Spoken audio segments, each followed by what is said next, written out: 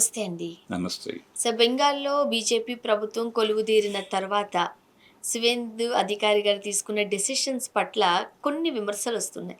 అంటే మత ఆధారంగా ఇచ్చే ఈ పథకాలు ఏవైతే ఉన్నాయో, ఇమాం కావచ్చు, పూజారులకు కావచ్చు, ఇమాం వాళ్ళకైతే 3000, పూజారులకైతే 2000. సో, ఆ పథకాల్ని నిలిపివేస్తున్నట్లుగా ఒక డెసిషన్ తీసుకున్నారు. అంటే అందరికీ కాదండి. హ్మ్. మైనారిటీలకి ప్రత్యేకంగా పర్సనల్ లాస్ నడిచినటువంటి మతాలకి సంతుష్టీకరణ పేరుతో కాంగ్రెస్ పార్టీ, తృణమూల్ కాంగ్రెస్ పార్టీ ఇస్తూ ఉన్నటువంటి విధానాలకి మేము స్వస్తి పలకదలుచుకున్నాం అనేది ఇతని ద్వారా చెప్పాలని బీజేపీ అనుకుంది. హ్మ్. అందుకని ఒక కొత్త విధానంగా దీన్ని అమలు చేస్తూ అందరికీ సమానమైనటువంటి పద్ధతే ఉంటుంది అని చెప్పడం కోసం ఈ పద్ధతి తీసుకొచ్చాడు ఆయన సువేందు అధికారి. అయితే ఇక్కడ బీజేపీ మొదటి నుంచి ఫైట్ చేస్తోంది దీని మీదే. అంటే కామన్ సివిల్ కోడ్ ఇలాంటి అభిప్రాయాలతోనే వాళ్ళ ప్రయాణం మొదలైంది. సంతుష్టీకరణ రాజకీయాల పేరుతో మైనారిటీలకు ఎక్కువ అవకాశాలు కల్పించి అవసరమైతే మెజారిటీ మతం గొంతు కోసి కూడా వాళ్ళకి పెడుతున్నటువంటి పరిస్థితి ఉంది. హ్మ్. ఇది గాంధీ నుంచి మొదలుపెట్టి కాంగ్రెస్ పార్టీ వరకు, ఆర్ఎస్ఎస్ నుంచి బీజేపీ వరకు అందరూ చేసిన విమర్శ అదే. గాడ్సే తన మరణ వాంగ్మూలంలో చెప్పిన అంశాల్లో ఇది కూడా ఉంది. అంటే గాంధీ హిందూ ముస్లింలకు ఏకకాలంలో ఏకైక నాయకుడిగా ఎదగాలనుకుంటున్నాడు. ఆయన హిందువు కాబట్టి, బోర్న్ హిందువు కాబట్టి హిందువులు ఎలాగూ తన కాంపౌండ్లోనే ఉంటారు. కొత్తగా తన కాంపౌండ్లోకి తీసుకోవాల్సింది ముస్లింలను కాబట్టి వాళ్ళకి బిస్కెట్లు వేయటం కోసం హిందువుల గొంతుకు వస్తున్నాడు ఈయన అనేది ప్రధానమైన ఆరోపణగా మాట్లాడతాడు ఆయన. అంటే హత్యకి దారితీసిన కారణాల్లో అదొక అదొక కారణంగా రీజన్. చెప్పాడు ఆయన. కనుక ఆ తర్వాత కూడా కాంగ్రెస్ పార్టీ మీద బీజేపీ చేస్తున్న విమర్శ అదే. ఆ రోజున బీజేపీ లేదు, ఆ రోజున జనసంఘ్ కూడా ఇంకా ఏర్పడలేదు. హిందూ మహాసభగా ఉన్న రోజులు అవి. ఆ రోజుల నుంచి వీళ్ళ అభిప్రాయాల్లో తేడాలు ఏమీ లేవు, అదే పద్ధతి. దాన్ని ఇప్పుడు ఈయనకు అధికారం వచ్చింది కాబట్టి ఈయన ప్లాంటెడ్ ప్రోగ్రాం కాదు అది, ఈయనతో ప్లాంట్ చేయిస్తున్నటువంటి ప్రోగ్రాం. హ్మ్. ఎందుకంటే ఇలాంటి కార్యక్రమమే దాదాపుగా ఉత్తరప్రదేశ్లో ఆయన మొదలు పెడుతున్నాడు, యోగి ఆదిత్యనాథ్. ఆయన ఏమంటాడంటే ఈ నమాజులు వాటికి సంబంధించి కొన్ని విధి విధానాలు రూపొందిస్తున్నాను.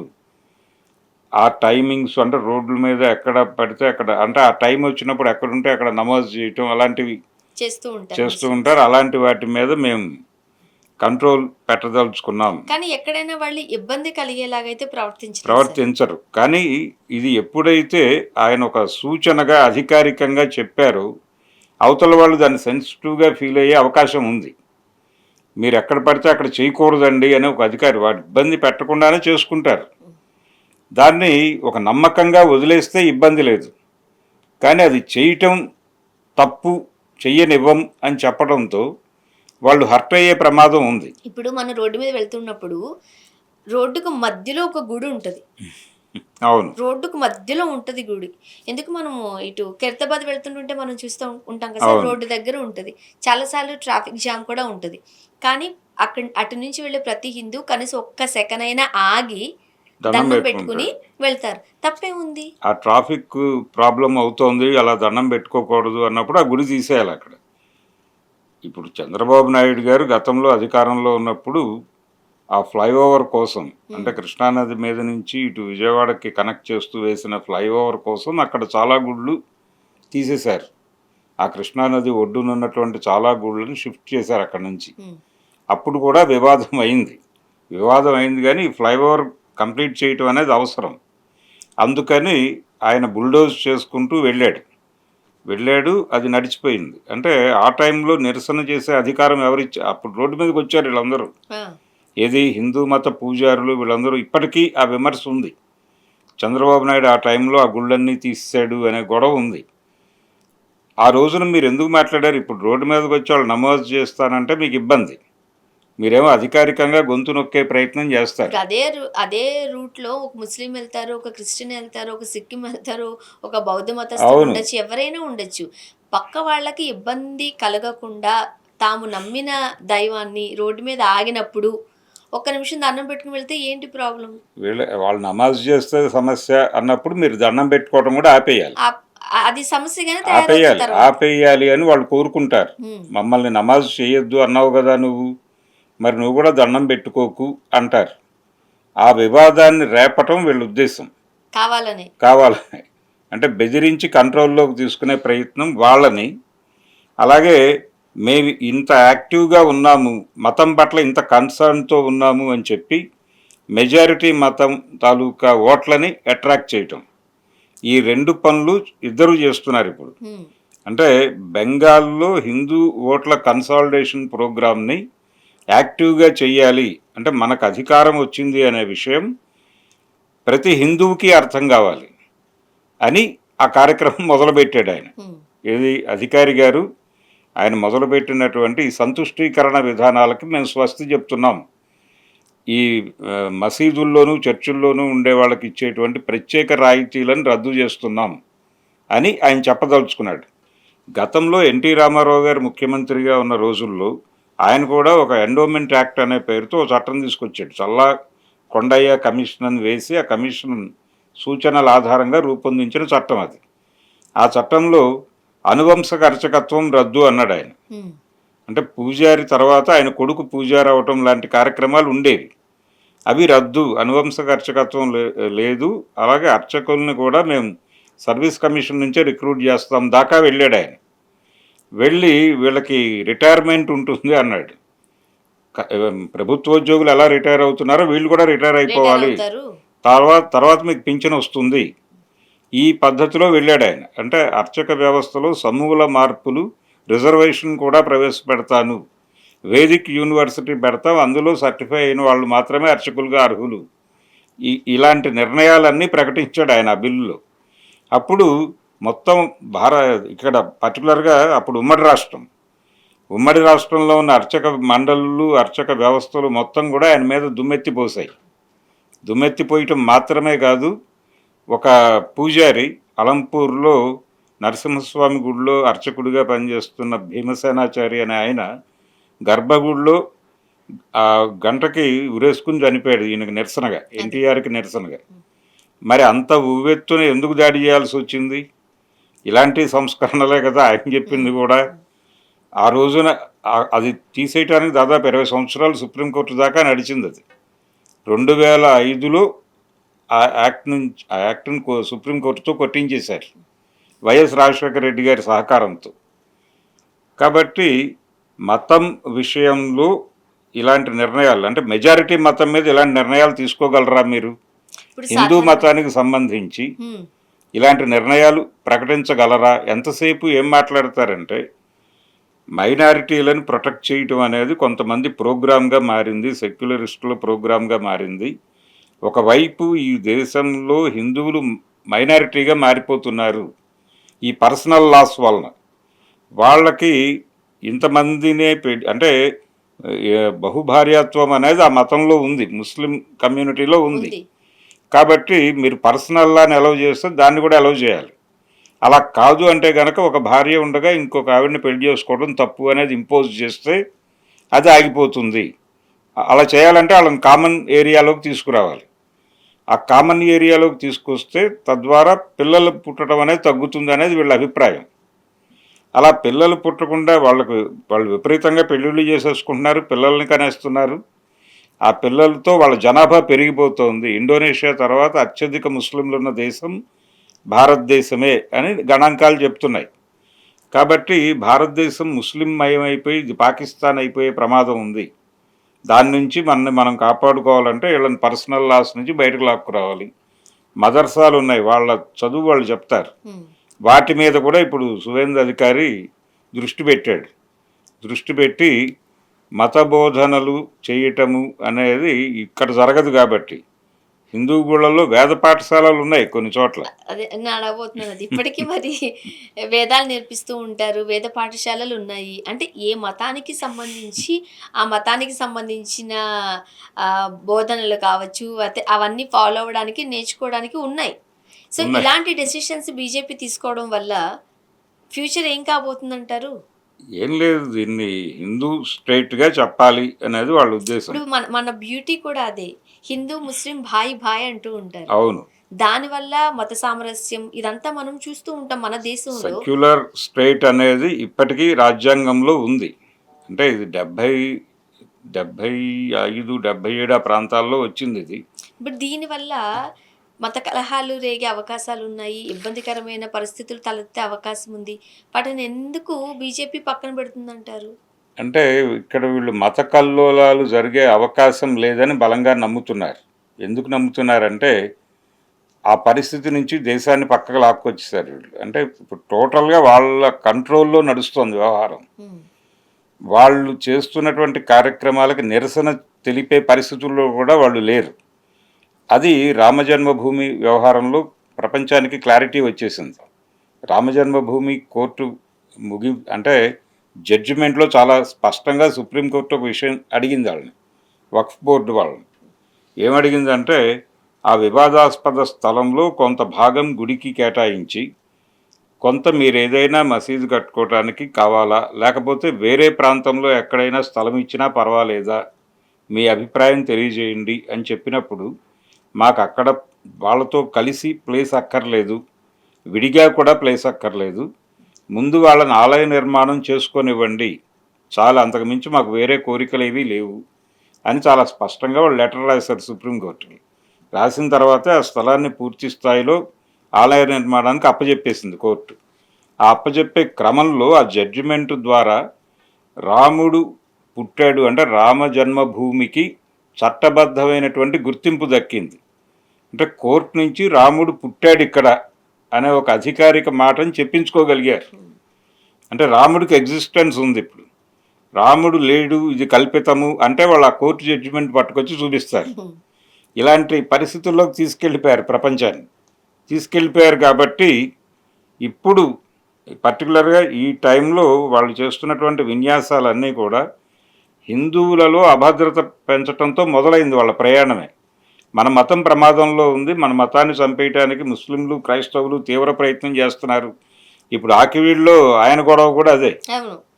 ఆకివీడులో రఘురామకృష్ణరాజు గారు చేస్తున్నటువంటి గొడవ ఆ టెంపుల్ ప్లేస్లో ఇప్పుడు అక్కడ ఉన్నవాళ్ళు ఒక గ్రామ దేవతగా కొలుచుకుంటున్నటువంటి దేవతని తీసేసి ఆ దేవతని పక్కకి నెట్టేసి అక్కడ రామాలయం కడతానంటాడు ఈయన.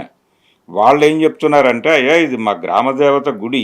అక్కడ ఓ రకంగా చెప్పండి మరి 2 హిందూ దేవతలే. అంటే గ్రామ దేవతలు వేరు, ఈయన జాతీయ దేవుడిగా ప్రమోట్ చేశారు. ఈయనకు చట్టబద్ధమైన గుర్తింపు ఉంది రాముడికి.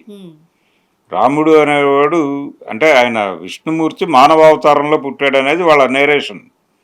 ఆయనకి ఇక్కడ ఒక బర్త్ సర్టిఫికేట్ క్రియేట్ చేశారు సుప్రీంకోర్టు ద్వారా. కాబట్టి ఇప్పుడు రాముడు లేడు అంటే కేసు అవుతుంది. అలాంటి పరిస్థితి తీసుకొచ్చేసి వీళ్ళు ఇప్పుడు ఆయన జాతీయ దేవుడు అనేటువంటి ఒక ట్యాగ్ ఇచ్చేశారు. ఆ నేషనల్ గాడ్ని ప్రమోట్ చేస్తాను, అక్కడనైనా ఆయన గుడి కడతాను, ఈ లోకల్ గాడ్ ఆ విలేజ్ వరకు పరిమితమైనటువంటి దేవత కావచ్చు ఆవిడ, గొంతులమ్మ ఏదో చెప్తున్నారు. ఆవిడ ఒరిజినల్గా ఆవిడ గుడి, అందులో ఎవరో రాముడి విగ్రహం తీసుకొచ్చి పెట్టారు. ఇప్పుడు సాయిబాబా గుళ్ళు ఉంటాయి, ఆ సాయిబాబా గుళ్ళో మూల విరాట్ సాయిబాబా కావచ్చు, కానీ ఆ గుడి చుట్టూ అనేక మంది హిందూ దేవీ దేవతలు ఉంటారు. అంటే శివుడు, విష్ణుమూర్తి, రాముడు, కృష్ణుడు ఇలా విగ్రహాలన్నీ ఉంటాయి. ఈ ప్రదక్షిణలు చేసేవాళ్ళు వాళ్ళందరికీ కూడా దండం పెడతారనేది ఆ గుడి వాళ్ళ నమ్మకం. తద్వారా ఈ సాయిబాబాకి హిందూ కన్సాలిడేషన్లో భాగం ఇవ్వటం కూడా ఉద్దేశం కావచ్చు. కానీ ఆ మధ్యకాలంలో కొంతమంది వీళ్ళందరి తర్వాత జూనియర్ దేవుడు కదా ఇతను, ఈ ఈ దేవుడిది పెద్ద విగ్రహం పెట్టి మూల అంటే పాత దేవుళ్ళు అయినటువంటి వీళ్ళందరినీ చిన్న చిన్న బొమ్మలు పెట్టడం ఏంటి గుడి చుట్టూ, ఇది త్రిమూర్తుల్ని అవమానించటమే అని చెప్పి సాయిబాబా గుడుల మీద దాడులు జరిగినాయి. చాలా మంది సాయిబాబాను దేవుడిగా పూజించరు, కానీ ఒక దేవుని స్వరూపంగా అట్లా కొలవడం కూడా మనం చూస్తాం. ఒక అవధూతగా కొలిచే ప్రయత్నాలు జరుగుతాయి, కానీ అవధూత స్థాయి దాటి ఆయన దైవాంశగా కొలవటం. ఇప్పుడు రాముడు కూడా విష్ణుమూర్తి గారి అంశ మాత్రమే. విష్ణుమూర్తి మానవ జన్మ ఎత్తాలి అనుకుని అలా ఆయన దశరథ కుటుంబాన్ని ఎంచుకుని జన్మించాడు అనేది ఒక నేరేటివ్. అంటే ఏ గర్భంలో జనించాలి అనేది కూడా వాళ్ళు సెర్చ్ చేసి దాన్ని సెలెక్ట్ చేసుకున్నారు అనేది కూడా ఉంది దానిలో, సార్. వాళ్ళ టెక్స్ట్లో. హ్మ్. కాబట్టి ఇవన్నీ మన ప్రవచనకారులు రోజు చెప్పేవే. సో అలా వాళ్ళు దాన్ని అక్కడి నుంచి రాముల వారు వచ్చారు అంటే రాముడు తనని తానే మనిషి అని చెప్పుకున్నాడు కదా, ఇంకా దానికి అంత ప్రాధాన్యత ఎందుకు ఆయనకి దైవాన్ని ఆపాదించాలి అనే ఆర్గ్యుమెంట్ కూడా ఉంది. కానీ వీళ్ళు వినరు. ఆయనకి ఇప్పుడు జాతీయ దేవుడిగా ప్రమోట్ చేశారు. ఇప్పుడు జాతీయ పక్షి ఏమిటి? నెమలి అంటున్నాం కదా. అలాగే ప్రతిదీ జాతీయ దేవుళ్ళని కూడా గ్రామాలకి, రాష్ట్రాలకి, జాతీయ దేవుడు ఇప్పుడు రాముడు. జాతీయ దేవుడు నేషనల్‌గా వచ్చినప్పుడు మార్చేశారు. జాతీయ దేవుడు వచ్చినప్పుడు లోకల్ దేవుళ్ళు తప్పుకోవాలి సీన్లో నుంచి. హ్మ్. అలా ఇక్కడ ఈ ఆకివీడిలో కూడా ఆ క్యారెక్టర్ తప్పుకోవాలి, అక్కడ నుంచి ఆ గ్రామదేవత తప్పుకొని ఈయనకి ప్లేస్మెంట్ ఇవ్వాలి. అందుకని ఇప్పుడు అక్కడెక్కడో చిన్న గుడి కట్టిస్తాడు ఆయన రఘురామకృష్ణరాజు గారు. ఇప్పుడు ఈ ఉన్నదాన్ని రామ మందిరంగా మార్చేసి, రామాలయంగా మార్చేసి, ఆవిడకి ఎక్కడైనా మీరు ఒక చిన్న పూజా స్థలం మీ ఏరియాలో ఏర్పాటు చేసుకోండి అని కొంత నిధి ఇచ్చినా ఇవ్వగలడు ఆయన. కానీ మనం దేవుళ్ళ గురించి మాట్లాడుతున్నాం కానీ ఎప్పుడైతే ఈ బెంగాల్ ఇష్యూలో ఉందో అగ్ర కులాలలో ఉన్న వాళ్ళు కూడా పేరుకు మాత్రమే కులం అగ్రంగా కనిపిస్తోంది కానీ వాళ్ళ బ్రతుకులు చాలా ఇబ్బందికరంగా ఉంటాయి. ఒక వృద్ధ మహిళలు ఉంటారు, వాళ్ళకి ఇచ్చే పథకం కావచ్చు, పెన్షన్స్ కావచ్చు, వాళ్ళు బతుకుతున్నారు సార్. దాంతో మనం ఏపీలో చాలా మంది దగ్గర మనం ఇది వింటూ ఉంటాం. ఒక అంటే 3000 కులం రూపాయలు కాదు, మతమే. వస్తున్నాయంటే. మతం కులం కాదు, మతమే.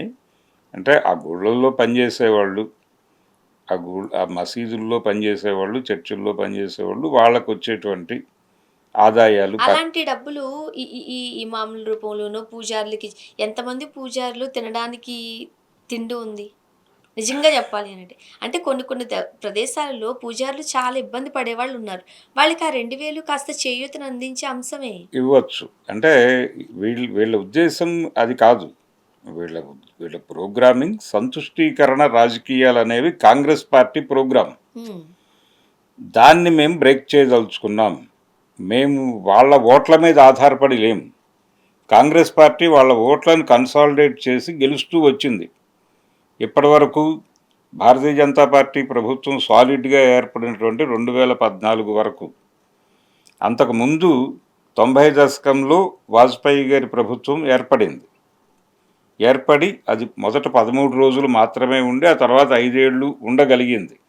ఆ తర్వాత 2004 నుంచి మళ్ళీ యూపీఏ ప్రభుత్వం వచ్చింది. ఈ గందరగోళాలన్నీ పోయి స్థిరంగా భారతీయ జనతా పార్టీ ప్రభుత్వం ఏర్పడింది 2014లో.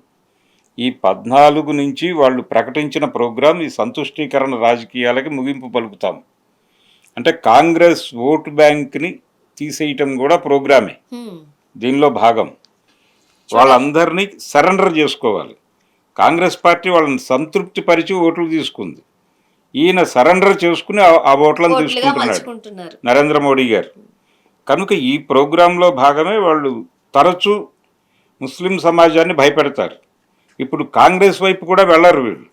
ఎందుకంటే మెజారిటీ మతం వీళ్ళ కంట్రోల్లో ఉంది, హిందూ మతం బీజేపీ కంట్రోల్లో ఉంది అనేది కల్పించగలిగారు వాళ్ళు మైనారిటీల్లో. ఎప్పుడైనా సరే ఏ దేశంలోనైనా మెజారిటీ మతంలో భయం పోగుపడితే ఆ దేశంలో ఉన్న మైనారిటీలందరూ భయపడతారు.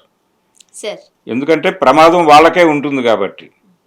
అందుకని మత కల్లోలాలు ఏ దేశంలో జరిగినా దానికి ప్రధాన బాధ్యత మెజారిటీ మతాందే అవుతుంది.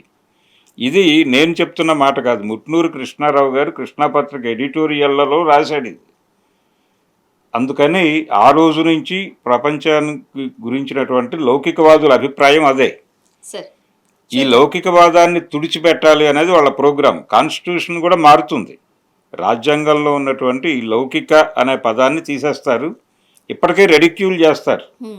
ఈ సెక్యులర్ అనే పదాన్ని ఎంత వ్యంగ్యంగా మాట్లాడాలో వాళ్ళ ఆర్ఎస్ఎస్ తర్వాత సంఘ్ పరివార్ బీజేపీ సభలకు వెడితే వాళ్ళు ఎంత రెడిక్యూల్ చేసి మాట్లాడతారో, అలాగే సోషల్ మీడియాలో కొన్ని పోస్టుల కింద వాళ్ళు వచ్చి కామెంట్ చేస్తారు. ఆ కామెంటుల్లో కూడా వికృత పదప్రయోగం ఉంటుంది. ఎంత రెడిక్యూల్ చేసి మాట్లాడాలో అంత రెడిక్యూల్ చేసి మాట్లాడతారు. ఇది వాళ్ళ ధోరణి. చూద్దాం సార్ ఏం జరగబోతుంది. Thank you so much. Thank you.